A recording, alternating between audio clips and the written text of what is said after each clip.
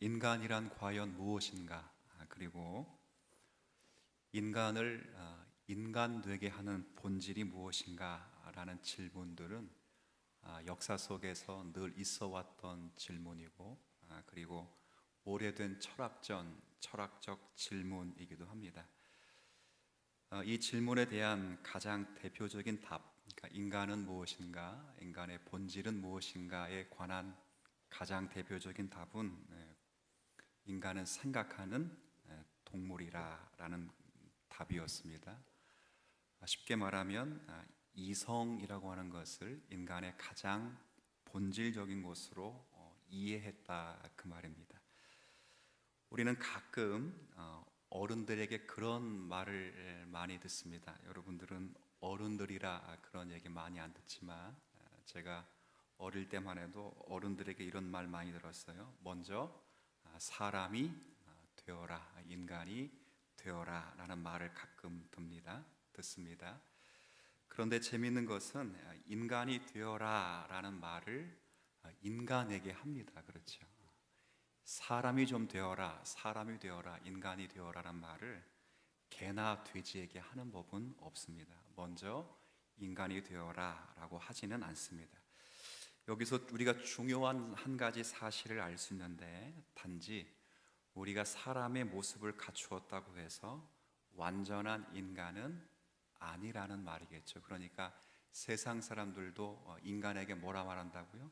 인간이 되어라, 그렇게 말을 한다 그 말입니다. 그렇다면 무엇이 인간을 참으로 인간답게 하는 것일까? 그 인간의 본질은 무엇인가? 인간의 인간다움은 무엇인가를 우리가 생각해야 합니다. 오늘 본문은 이 중요한 질문에 대한 분명한 답을 제시해 주고 있습니다. 그것은 바로 인간은 하나님의 형상이라는 것입니다. 이 답은 세상이 제시하는 답과는 근본적인 차이가 있습니다. 인간은 무엇이라는 질문에 대해서 이 세상이 제시하는 모든 답은 실질적으로 인간을 하나님과 분리시켜서 생각합니다. 그래서 인간의 인간됨을 하나님 편에서 찾지 않고 인간의 인간됨을 인간 속에서 찾습니다. 그래서 제가 지난주에는 자연과학의 대표적인 특성 가운데 미시 세계를 통해서 100여 년 동안에 이 자연과학이 굉장히 발달을 해서 사람을 쪼개는 기술은 굉장히 많이 발달이 됐어요. 쪼개고 또 쪼개고. 쪼개는 이유는 우리가 양파를 벗겨야 본질이 나오듯이 계속 쪼개야 인간의 본질을 규명할 수 있을 것이라고 쪼개는 것입니다. 그런데 놀라운 것은 그렇게 쪼개고 또 쪼개도 아직 인간의 본질을 발견하지를 못했다는 것입니다. 과학은 그걸 보여줍니다. 이 땅 가운데 우리가 예전에는 점성술, 약 1000여 년 전만 해도 점성술을 가장 귀한, 우리가 성경 시대 2000년 전만 해도 점성술을 진리로 믿었던 시대에서 지금은 근대 시대를 거쳐서 계몽지후 이후에는 자연과학을 가장 진리에 근접한 학문이라 여겨지는데, 그런 학문조차도 인간을 본질을 규명하는 데 있어서는 아직 답을 줄 수 없다. 왜 그런다고요? 하나님과 분리해서 인간이 무엇인가를 생각하려고 하기 때문에 그렇습니다. 무엇보다도 인간의 고귀한 가치를 설명하지 못합니다. 왜 인간의 생명이 그토록 중요한지를 설명할 수 없기 때문에 그렇습니다. 하지만 성경은 창조 부분에서 이유를 분명하게 설명해 줍니다. 그것도 인간 창조에서 분명히 나타나 있습니다. 인간의 창조에서 가장 주목되는 부분은 하나님께서 인간을 자신의 형상대로 창조하셨다는 사실입니다. 이게 하나님과 분리되어서는 인간을 규명할 수 없다는 겁니다. 그러니까 인간이 무엇인가, 오랜 철학적 질문이 있었고 인간의 본질은 무엇인가라고 하는 철학적 질문이 지금은 자연과학이 마치 답을 할 수 있는 것처럼 그렇게 이야기를 해도 답을 할 수 없다는 거예요. 왜냐하면 하나님과 분리해서 생각해서는 인간을 규명할 수 없기 때문에 그렇습니다. 그러나 창세기 1장은 정확하게 인간이 무엇인가를 규명합니다. 그것은 하나님과 분리시키지 않을 때만 인간이 가치 있고 인간의 본질을 규명할 수 있기 때문입니다. 오늘 창세기 1장에 언급된 인간 창조됨에 있어서 정확히 인간의 본질을 규명할 때 인간은 하나님의 형상이라 이렇게 표현합니다. 한번 제가 읽어드릴까요? 26절에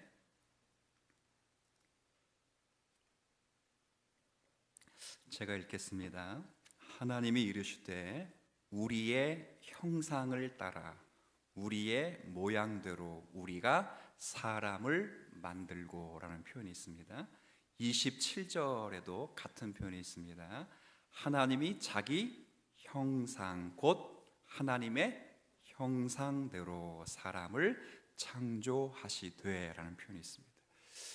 인간 창조에는 하나님의 특별한 경륜이 나타나 있습니다. 여러분이 창세기 1장을 유심히 보면 다른 피조물들의 경우는 다른 피조물들이 생겨나게 될 때는 그저 하나님이 말씀하시고 그 말씀하신 그것들이 생겨났다 이렇게 됩니다. 예를 들어 빛이 있으라, 하나님이 이르시되 빛이 있으라 그랬더니 뭐가 만들어졌어요?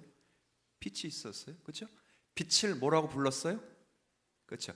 이르시되, 우리 지지난주 이르시되라는 표현과 칭하시되라는 표현, 그렇죠? 부르시되라는 표현이 나눠지듯이, 그렇죠? 이르시되 했더니 생겨났단 말이에요. 생겨난 것 가지고는 부르는 거로 구별했잖아요. 부르는 것. 그래서 빛을 뭐라고 불렀다고요? 낮이라 부르고 어둠을 밤이라 이렇게 보죠.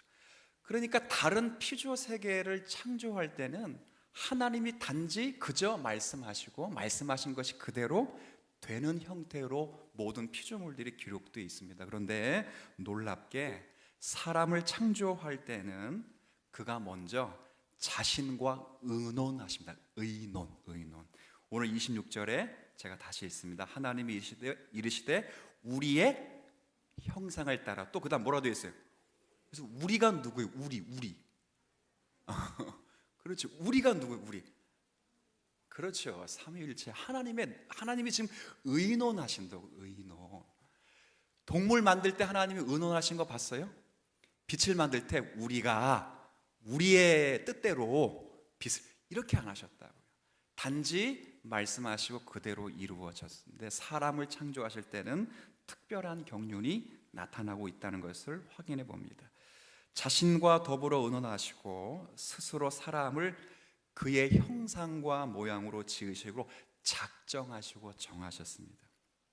이러한 사실은 인간의 특별한 위치를 설명해 줍니다. 예를 들면 칼빈이 말했던 것처럼 창조의 면류관으로 인간이 창조함을 받았다 이렇게 표현한 그런 문구들이 기독교 강요에도 표현되어 있습니다.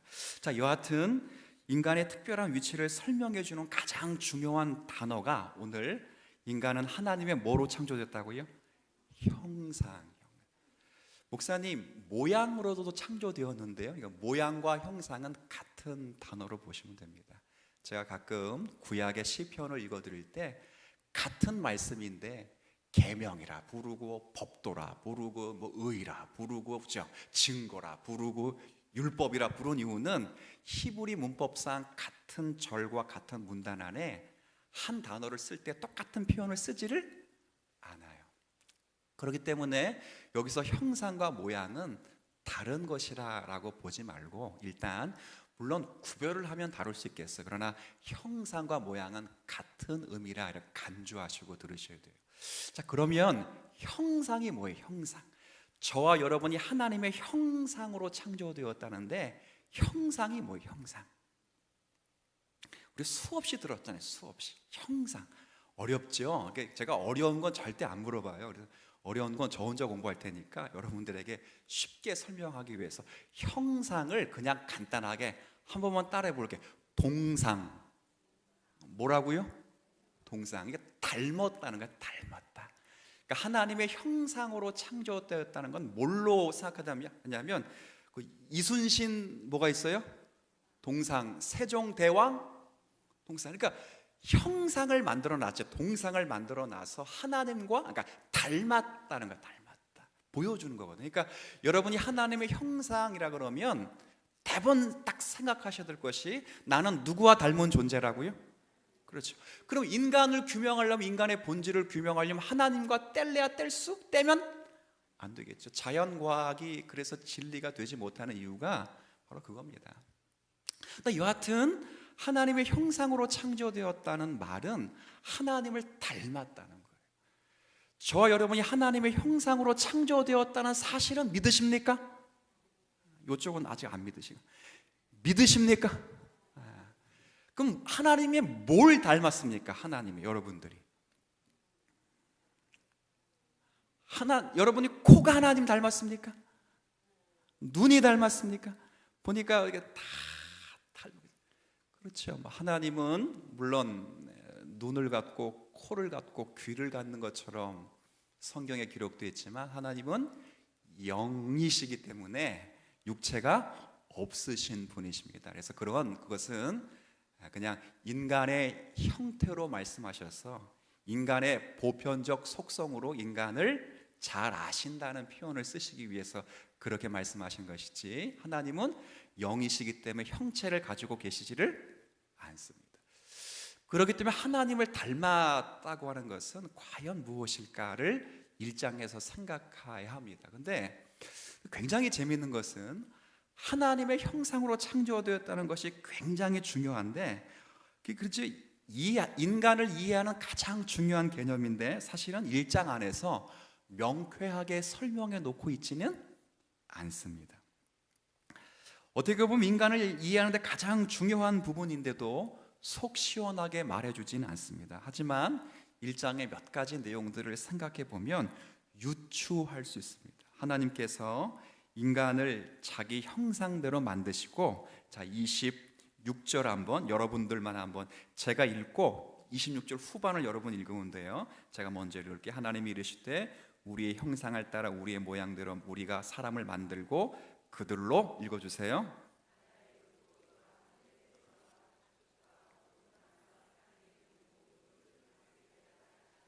예, 하나님의 형상을 만들고 하나님을 닮은 존재로 만들고 가장 먼저 그들에게 부여했던 명령이 어떤 명령이죠?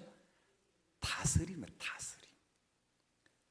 자, 그래서 다스림이라고 하는 이 부분이 하나님의 형상의 전부라고 말하기는 어려워도 하나님의 형상과 굉장히 밀접해 있다는 것을 여러분 아시겠죠? 왜? 동물 보고 다스리라는 명령을 줬어요, 안 줬어요? 안 줬다고요. 근데 하나님의 형상으로 창조된 인간에게만 준 첫 번째 명령이 뭐라고요? 다스리게. 그러면 다스림이 하나님의 형상의 전부는 아닐지라도, 하나님을 닮은 것은 전부는 아닐지라도 하나님을 닮았다고 하는 부분을 설명해 주는 키워드는 되겠죠. 자, 그러면 한번 생각해 보십시다. 다스림이라고 하는 것은 과연 우리가 무엇을 다스리려고 할 때, 다스린다고 할 때 다스림에게 있어서는 굉장히 중요한 두 가지 요소가 있습니다. 다스림에 있어서 굉장히 중요한 두 가지 요소가 뭐냐? 돈과 권력, 힘. 지금 세계는 돈과 권력과 힘이 있어야 되지만 꼭 지금도 안 그렇더라고요. 몇 주 됐나요? 한진그룹의 조양호 회장이, 그죠? 대한항공 경영권을 그렇죠. 돈이 이렇게 많아도 안 되더라고, 안 되는 거예요. 그러니까 지금은 힘과 권력을 가지고 사람을 다스린다고 하는 것은 이미 창조 세계의 본질과는 어긋나는 겁니다. 원래 처음 1장에서 하나님의 형상을 닮은 하나님의 백성이 다스리려고 하려면 두 가지가 반드시 있어야 됩니다. 하나는 지식. 뭐가 있어야 된다고요? 지식이 있어야 됩니다. 왜 지식이 있어야 되냐면 동물들을 다스리려면 동물들을 알고 있어야죠. 식물들을 다스리거나 재배하려면 식물의 특성을, 여러분 농사는 아무나 짓습니까? 아니에요. 어떤 분들이 그러더라고요. 할 거 없으면 나중에 농사나 짓지. 정말 무식한 거. 전 절대 그런 얘기 안 해요. 왜 그러냐면 옥상을 올라가도 여기로 올라가도 농사 짓는 거 굉장히 지식이 필요하다고. 제 목양실 앞에 다육이가 쫙 있었어요. 쫙 있었다고. 1층, 2층 칸칸이 있었는데 거의 전부 죽었어요. 왜 죽었는지 아세요? 잘 아시네요. 물을 얼마나 줬는지. 그 물 많이 주면 죽더라고요. 그죠? 물을. 그거 지식이 없으면 다스릴 수가 없죠. 그러니까 무언가를 다스리려고 하려면 가장 먼저 필요한 건 지식이에요. 아담에게 하나님께서 지으신 모든 코로 호흡하는 모든 동물들을 그 앞으로 지나가게 하셨을 때 아담은 뭐가 있었겠어요? 고도의 지식을 갖고 있었다고요. 위로는 하나님을 아는 지식을 갖고 있었고, 그 하나님을 아는 지식으로 하나님께서 이 생물들과 이 동물들을 어떤 특성을 가지고 목적을 가지고 만드셨다고 하는 그 뭘 가지고 있었어요? 지식을 가지고 있었어요. 지식. 이름을 정확하게 짓는다고요. 한두 개 이름 짓는 건 문제가 안 돼요. 근데 처음 동물들이 얼마나 많습니까? 저희 어린이 과천에 있는 게 뭐죠? 여기? 무슨 대공이? 죄송. 서울대공원 가도 제가 모르는 동물들이 엄청 많더라고요. 다 이름 적고 와도 그 다음 날 가면 다 잊어먹어, 뭔지도. 근데 그 이름을 다 아담이 지었다는 것은 고도의 지식을 갖고 있었다는 거예요. 그리고 지식만을 갖고 있었다고 이게 다스릴 수 없어요. 지식과 함께 또 하나 한번 따라해 볼까요? 거룩이 있어야 돼요. 왜 거룩이 있어야 되냐면 그 지식을 가지고 누구를 높여야 되기 때문에. 그렇죠. 그래서 에베소서 4장 24절과 골로새서 3장 10절을 읽어보면 너희들이 하나님의 형상을 따라라는 표현이 나와요. 거기 보면 지식과 거룩이 나와요. 그러니까 이 다스림이라고 하는 영역 속을 잘 추정해 보면 여러분이 어떤 모습으로 하나님을 닮았는가 그럴 때 하나님을 아는 무엇이 있다고요? 지식이 있고, 그 바른 지식을 사용할 수 있는 마음에 어떤 마음이 있다고요?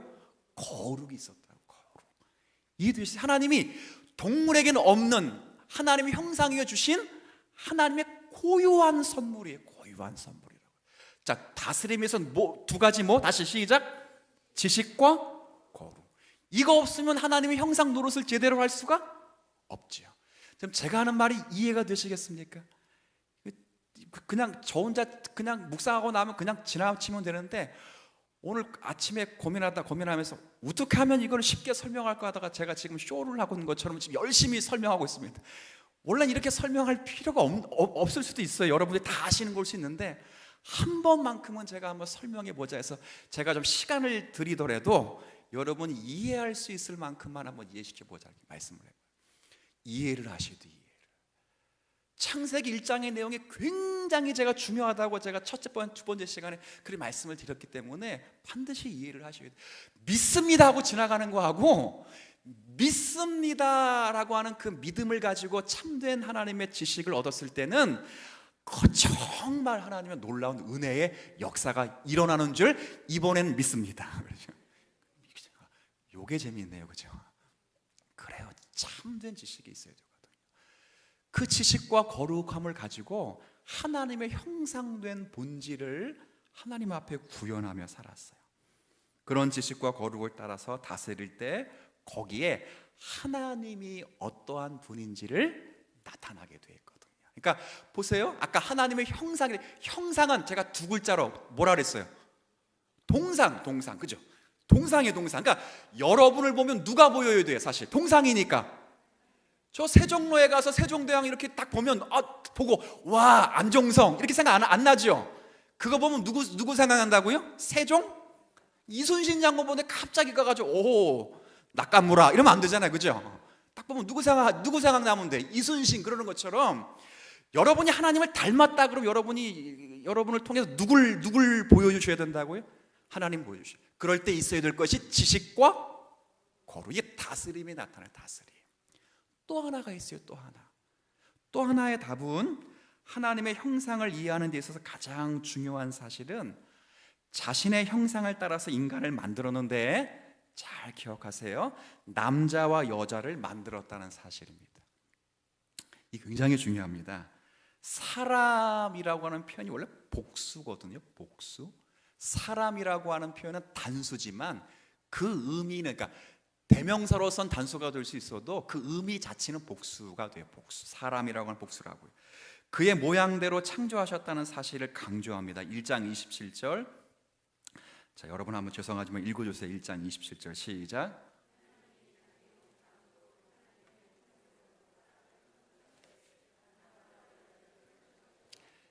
형상대로 사람을 창조하시되 누구와 누구를 대상을 여자를 창조. 그러니까 아담을 창조해 놓고 하나님이 쭉 보시고 난 다음에 홀로 사는 게 안쓰러워 가지고 아내를 만들었다 그랬잖아요. 그러니까 아담이 혼자 며칠을 산 것처럼 생각하는데 그게 아니 아담 만들어 놓고 바로 누구 만들었다고? 여자 만들었다고요. 그러면서 2장에서 그 부분을 설명할 때는 하나님의 형상으로 창조된 자도 반드시 뭐는 있어야 된다고요? 짝은 있어야 돼요. 짝은. 모든 피조물들도 뭘로 만들어서 짝으로 만들었듯이 똑같이 짝으로 만들었어요. 하나님의 형상으로 창조된 본질도 똑같이 뭐는 있어야 돼요? 짝은 있어야 돼요. 짝. 물론 결혼 이야기도 되지만 제가 좀 이따 신약, 오늘 시간상 신약까지 갈지 모르겠는데 신약을 이해하면 이 짝이 그리스도와 연결된다는 것을 여러분 확인하게 될 거예요. 여하튼 지금 짝은 부부의 부부. 자, 그렇게 돼 있, 남자와 여자를 창조하셨어요. 그렇다면 남자와 여자가 같이 있어야만 가능한 하나님의 형상된 모습이에요. 아까 하나님의 형상의 다스림에는 지식과 거룩이 나타나 있는데 남자와 여자가 같이 있어야만 나타나는 하나님의 독특한 형상의 모습이 있어요. 뭘까요? 남녀가 딱 만나면 나타나는 하나님의 형상다운 모습. 그렇죠. 생명에 어느 분이 생명을 했어요. 예, 맞아요. 근데 생명을 만들려면 뭐부터 있어야 돼? 일단 그 사랑, 맞아요. 사랑. 굉장히 중요한 하나님의 속성이에요. 모든 사람은 사랑할 수 있는 사랑의 자질을 가져요. 그렇죠? 인간이 사랑하지 않는 동물은 없어요. 이 사회학적 동물이에요. 그러니까 이건 사회학자와 철학자가 대답하는 건데 사람은 누구나 다 사랑을 해요. 심지어는 자기 애를 사랑해요. 자기 애. 그러니까 자기의 아이를 사랑한 게 아니라 자기를 사랑해요. 자기. 그리고 심지어는 동물을 사랑하죠. 어떤 사람은 특정한 것을 사랑해요. 제가 어릴 때 큰애를 키우는데 큰애의 그 아이에 보니까 아이들이 특별하게 관심 있는 게 손수건이에요. 손수건. 왜 관심 있는지 모르겠어요. 그러니까 어릴 때부터 그런 관념들이 있는 거예요. 뭐에 꽂혀서 그걸 사랑하고 붙잡는 관심이 있어요. 근데 잘 보면 그런데 그 사랑이라고 하는 자질은 반드시 여러분들이 확인할 수 있는 것은 반드시 뭐가 있어야 된다고요? 대상이 있어야 돼요. 사랑은 혼자 되지 않아요. 자기가 자신을 스스로 사랑하는 것도 자신이라고는 대상이 있어야 되듯이 동물을 사랑한다, 개를 사랑한다, 강아지를 사랑한다, 대상이 있는 거예요. 그러니까 사랑이라고 하는 놀라운 속성은 반드시 대상을 가지고 있어요. 모든 사람은 사랑할 수 있는 자질을 가지고 있고 그러나 그 사랑은 대상이 있어야 합니다. 대상이 없는 사랑은 존재할 수가 없죠. 그래서 하나님께서는 아담을 먼저 창조해 놓고 이 사랑의 대상을 찾으라고 하는 거예요. 찾으라고. 쭉 아담이 찾아요. 여러분이 성경을 나중에 읽어보시면 모든 동물들을 하나님이 누구 앞으로 지나가게 하셨어요?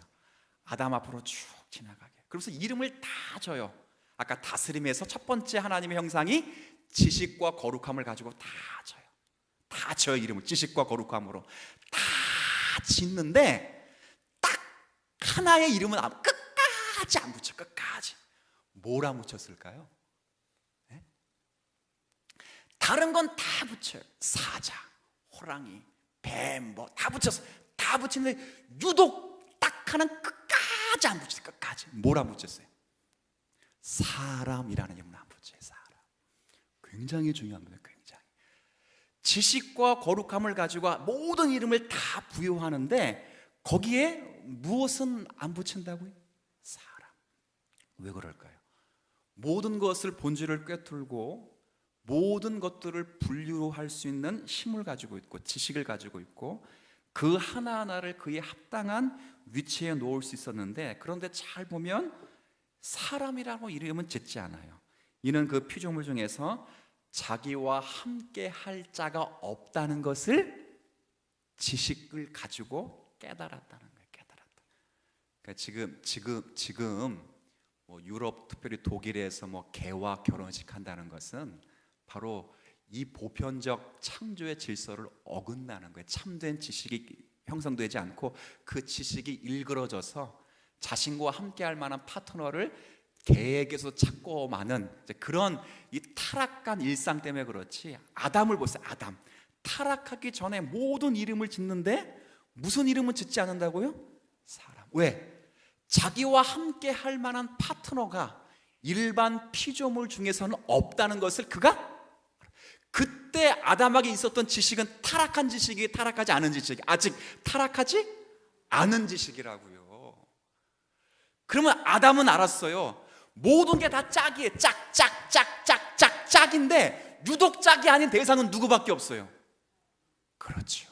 그때 하나님 뭐라 말씀하셔요? 홀로 있는 것이 좋지 못하니 그런다고요. 그게 다 다른 날이 아니에요. 그게 같은 날 만들어진 거거든요. 연차적으로.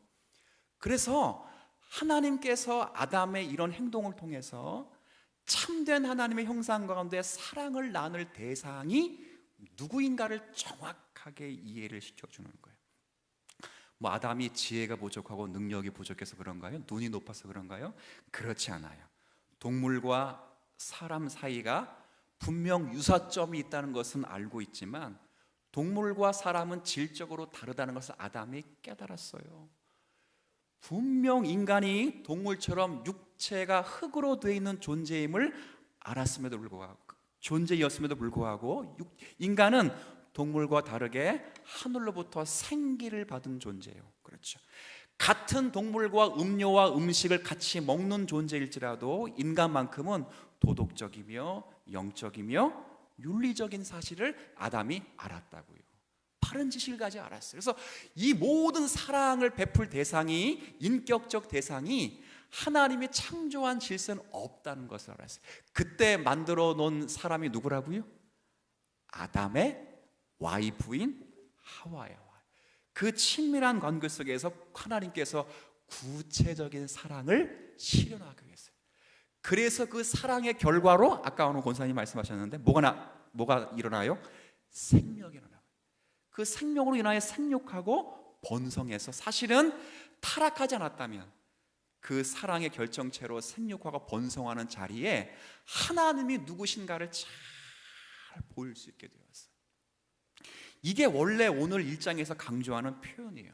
자, 그런데 문제가 생겼습니다. 문제가 어떤 문제가 생겼냐면 만일 오늘 읽게 되는 하나님 말씀이 맞다고 한다면 여러분 우리가 하나님의 아까 처음에 뭘로 지음받았다고 하나님의 동상으로 지음받았다면 우리를 보면 누가 보여야 돼요? 그렇죠. 옆 사람 한번 봐보세요. 하나님이 보이시는데 그죠? 꼭 볼 필요는 없어요. 그냥 이제 제가 이야기하는 건데 옆 사람을 보면 하나님의 형상이 잘 보이지가 않는다 그 말이에요. 왜 그럴까? 이 문제에서 충분히 우리가 생각할 수 있어요. 하나님의 동상처럼 보이지 않아요. 세상의 부부들을 보시고 또 그렇게 확인해 보면 그렇게 보이지도 않아요.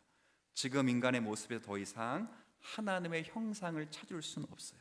찾는다 하더라도 오직 왜곡된 하나님의 모습만이 나타날 뿐이고 심지어 어떤 경우에는 하나님의 모습이 아니라 사탄의 모습이 나타나기도 하는 것이 현실입니다. 이것이 과연 무엇을 뜻하는 것일까? 무엇인가 잘못된 일이 일어났다는 것이 분명한데 성경의 최초의 말씀과 지금 우리가 느끼는 현실은 너무도 다르다는 것만은 알 수 있습니다. 과연 무엇 때문에 그럴까? 성경은 이 모든 것이 딱 한 글자, 뭐 때문에 그렇다고요? 죄 때문에 그렇다고요. 성경의 답이에요. 그러니까 최초의 인간인 아담과 하와는 죄가 들어오기 전에 가장 친밀한 사랑의 관계를 유지했습니다. 정말 친밀한 사랑의 관계예요. 대표적으로 아담이 하와를 처음 보았을 때 한 말이 뭔지 아세요? 제 친구 목사님이 그때는 이제 전도사잖아요. 사랑 고백할 때 이거 고백했대. 근데 유치한 놈이라 해서 유치한. 네가 성경적이라고 말하면서 이걸 고백했느냐? 이 유치한 놈. 그러면서 저는 못해가지고 억울했어요. 뭐라고 고백했냐면 이는 내 뼈 중에 뼈요 살 중에 살이다. 무슨 말이에요? 전혀 다른 대상이잖아요. 아까 사랑은 반드시 뭐가 있어야 된다고요? 대상인데 다른 대상이잖아요. 나랑 너랑은 다르잖아요. 다른 대상인데 놀랍게 자신과 한 몸으로 이해를 했다는 거예요. 뭐 때문에? 하나님의 속성 가운데 뭐 때문에? 사랑이라는 속성 때문에. 이해되셨어요? 이거 굉장히 중요한 겁니다. 그죠? 지식과 거룩, 이건 좀 이따 아까 했던 거 빼고 모든 대상을 아담이 지나가는 사자에게 이는 내 뼈 중에 뼈요 살 중에 안 그랬어요. 그거를 예뻐할 수 있어요. 근데 오직 한 대상에게만, 하와에게 그랬어요. 하와에게. 분명 다른 대상이에요. 다른 대상. 그런데 내 뼈 중에 뼈요 내 살 중에 살이라 노래 부른 것은 전혀 다른 대상이지만 자신과 한 몸으로 이해했어요. 뭐에 근거해서? 하나님의 형상의 세 번째인, 아까 지식과 거룩, 마지막 세 번째인 사랑이라고 하는 거룩한 속성 때문에. 이게 굉장히 놀라워요. 굉장히 놀랍다. 창세기 1장의 말씀이 정말 신비로운 말씀이에요. 단순히 뭐 믿으세요 이런 차원이 아니라 정말 우주의 기원뿐만 아니라 인간의 기원과 인간의 본질을 한 장밖에 안 되는데 2000년 기독교 역사, 일반 세상 역사가 못 푼 거를 딱 한 장에 다 풀어내요. 다 풀어낸다고. 굉장히 놀라운 것입니다. 전혀 다른 대상이지만 자신과 한 몸으로 이해했고, 더 나아가서는 보세요. 그들이 벗었음에도 불구하고 어떠한 수치심도 느끼지를 않았어요. 그렇죠? 이런 하나 된 모습은 이제 뭐 다음 장, 다다음 장 쭉 보겠지만 인간의 타락된 모습으로 완전히 망가졌습니다. 인간은 더 이상 한 몸이 아닌 게 됐습니다. 자신의 몸에 대해서 수치심을 느꼈다는 것이 부끄러움이 생겼다 이게 아니라 저 사람과 나와 더 이상 같은 한 몸이 아니라는 것을 반증해 주는 거예요. 반증. 부부가, 혹시 어린애들 없죠? 부부가 처음 결혼하고 나서는 서로 이렇게 몸 보여주는 게 쑥스럽죠. 그러다가 지금은 막 아무 데서 옷을 훌러덩 벗지 않나요? 그죠? 그죠? 우리 아내가 그렇다는 게 또 오해하실까 봐 굉장히 겁나. TV 같은 데 보세요. 전부 그렇잖아요. 그러니까 이게 한 몸으로 인식하고 있기 때문에 그래요. 인식. 아담과 하와가 그랬어요. 그런데 타락하고 죄로 인해 타락한 하와에게는 그걸 부끄러워했다는 것은 그냥 수치심이 생겼다는 게 아니라 저 사람을 나와 한 몸으로 생각하지를 않았어요. 그러니까 자기가 한 잘못을 누구에게 뒤집어 씌워요? 하와에게 뒤집어 씌우고, 하와는 또 사람이 없으니까 생각하다가 사람처럼 말하는 뱀에게 뒤집어 씌우잖아요. 아브라함도 보세요. 지가 잘못해놓고 독박은 다 전부 아브라함도 그래. 나중에 보면 인간의 타락해서 사랑이 일그러진 형상으로 나타나요. 우리 아이들도 잘못하면 전부 내가 그랬어 이렇게 안 해요. 전부 누가 그랬어 그러면 전부 누가 그래요? 제가 그랬다 그러죠. 만약에 내가 그랬어 그러면 전 애가 아니에요. 얼른 이제 다른 부서로 옮겨야 돼. 전부 제가 그랬어요. 근데 진짜 제가 그랬습니다. 그러면 걔는 빨리 어른 부서로 옮겨요. 빨리. 걔는 거기 있으면 큰일 나. 이게 어려운 거예요. 이게 어렵다고. 사랑이라고 하는 것이 일그러진 형상으로 보일 때 그렇게 변이 되어서 나타나는 현상을 우리가 봐요. 이게 모두가 이기적이고 자신만의 삶을 추구하는 현상으로 나타납니다. 어렸을 때부터 우리의 자녀들도 자기 욕심만을 추구하고 있으면서 그렇게 살아갑니다. 자, 그럼 빨리 좀 전개할게요. 오늘 구역 공과는 그냥 교환으로 하겠습니다. 시간이 좀 많이 갈 것 같은데요. 제가 얼른 10분 안에 끝날 테니까 그냥 빨리빨리 진행할게요. 자, 그럼 이 하나님의 형상을 어디에서 찾을 수 있을까요? 어디에서 이제 찾을 수 있을까요? 어디에서? 그죠? 이게 이제 가장 큰 숙제 아니겠어요? 그죠? 인간은 하나님의 형상을 상실했잖아요. 그죠? 아까 다스림에서 두 가지, 이게 부부에서 한 가지에서 지식과 거룩과 사랑이라고 하는 이 하나님의 고유한 형상을 가지고 살다가 죄로 인하여 이끌어져서 이 지식으로는 하나님을 섬기지 않고 피조물을 섬기고, 로마서 1장 2장의 내용입니다. 이 거룩으로는 하나님께 영광을 누리지 않고 자신에게 영광을, 로마서 1장 2장의 내용입니다. 그리고 이 사랑으로는 자신을 분리시켜, 사람과 분리시켜 독립적으로, 창세기 11장에 나타나는 바벨탑 사건이 가장 잘 나타났죠. 그렇게 일그러졌단 말이에요. 그러면 하나님의 형상을 어디서 지금 찾을 수 있을까? 그래서요, 하나님이 자기 백성의 형상을 회복시키시기 위해서 보내신 하나님의 형상이 있어요. 그 형상이 바로 누구라고요? 예수 그리스도죠. 바울의 글을 잘 읽어보세요. 바울의 글을 읽으면 골로새서 1장 15절에 이런 말씀이 있어요. 그리스도는 보이지 아니하시는 하나님의 형상이니라 이렇게 되어 있어요. 바울의 글이에요. 바울의 글. 또 바울의 글에, 바울의 그 기록에 고린도서 4장 4절에서도 그리스도는 하나님의 형상이라고. 따라서 누가 하나님의 형상인가라고 했을 때 우리는 그리스도라고 답을 해야 합니다. 그렇죠. 그리스도는 하나님의 아들로서 이 세상에 오셨었고, 하나님의 아들이셨기 때문에 아버지를 가장 많이 닮은 존재인 것이 분명하죠. 그런 점에서는 그리스도는 하나님의 유일무이한 하나님의 형상인 것은 분명해요. 자, 그런데 누구도 하나님의 형상이라고 말해요. 우리도 하나님의 형상이라고는 말하잖아요. 그럼 어떻게 되는 거예요? 우리도 하나님의 형상이고 그리스도도 하나님의 형상이라면 이 둘은 어떤 관계가 있는가? 아까 하나님의 형상대로 만들어진 자가 아까 둘이 뭘 이루었다고요? 그렇죠. 짝을 이루었잖아요. 그러면 우리도 하나님의 형상이고 그리스도 예수도 하나님의 형상이라면 이거 어떻게 짝을 이루어주는 거야? 예수님은 결혼을 했어요, 안 했어요? 안 하셨지. 뭐 어렵게 생각하지만 능히 대답을 못할 건 안 물어본다 그랬잖아요, 그죠? 예수님은 결혼 안 했다고요. 결혼 안 했는데 뭐 어떻게 맞는가? 짝을 이루어야 된다는데. 근데 그렇지 않아요. 그리스도에게도 신부가 있어요. 그 신부를 가리켜 요한계시록과 신약 성경의 바울의 서신에 보면, 따라합시다. 그리스도의 신부는 교회다. 교회예요. 그래서 그리스도가 신부인 교회와 결혼을 하면 잃어버린 하나님의 형상이 온전히 회복되는 은혜가 있는 줄 압니다. 이게 우리가 받은 큰 은혜예요. 그리스도께서 교회의 우리를 신부로 삼으셨기 때문에 이제 한 몸을 이루었어요. 연합이라고. 연합. 부끄러워하질 않아요. 하나님이, 그리스도가 그렇게 말씀하시는, 너는 내 뼈 중에 뼈요 내 살 중에 살이로다. 그래서 십자가에 돌아가시면 하신 말씀이 그 말씀 아니겠습니까? 전부를 주셔. 전부. 뼈와 피를, 살을 주시지 않았습니까?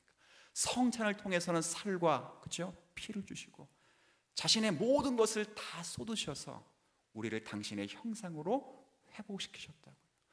이 형상은 우리가 실력이 있거나 우리가 믿음이 있거나 우리가 똑똑하고 능력이 있어서 회복되는 것이 절대 아닙니다.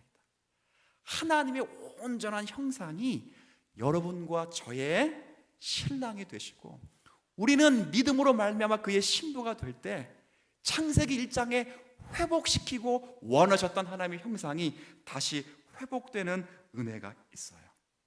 이런 점에서 하나를 더 말씀드리면 지상명령을 잘 이해하셔야 돼요.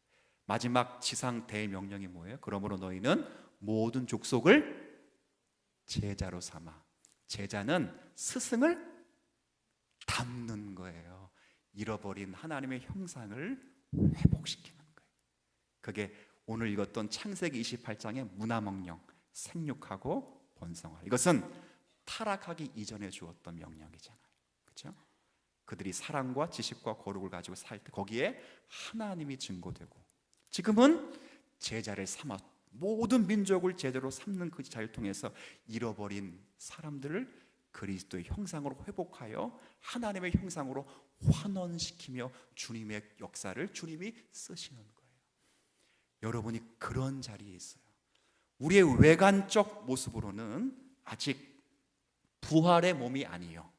우리는 아직 하나님의 형상다운 모습이 잘 보이지 않아요. 심지어는 우리끼리도 봐도 하나님 안 보여요. 목사가 짜증내고 화내봐요. 저게 목사예요, 그죠? 하나님처럼 보여요? 안 보인다. 우리 안에도 안 보여요. 안 보인다. 그러나 부활의 몸을 입게 되면 우리를 통해서 하나님이 온전히 보일 거예요. 우리는 그때까지 회복된 지식, 회복된 거룩, 회복된 사랑을 가지고 하나님을 높이며 하나님을 알아가며 그리스도와 짝을 이루어서 그리스도에게 내 살 중에 살이요 내 뼈 중에 뼈로라라는 그 고백을 받고 함께 자라가는 은혜를 누리셔야 돼요. 이게 우리가 살아가는 거예요. 제가 목회 철학이 뭐예요?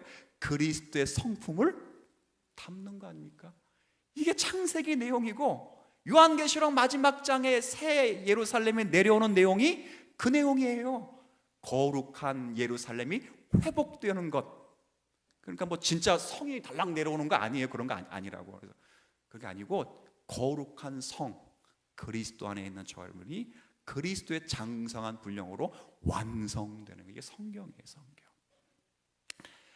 뭐 여러분 뭐 하라 그러면 무슨 얘기인지 모르시겠지만 대충은 이해되셨나요? 예, 감사합니다. 제가 언젠가 뭐 비슷한 얘기를 또 하겠지만 여러분 자리가 그렇게 귀한 자리예요. 단순히 죄송합니다. 뭐 주세요. 왜 안 줬어요? 이런 수준이 아니라고요. 그리스도의 신부로 여러분이 바뀌어 인생 자체가 지식과 거룩과 그리고 사랑의 존재로 빚어져가고 세워져가는 놀라운 존재임을 기억하고 우리의 창조주 되신 하나님이 우리를 창조하신 그 은혜의 깊이에 감사하실 수 있는 오늘의 말씀 되시기를 주의 이름으로 부탁드립니다.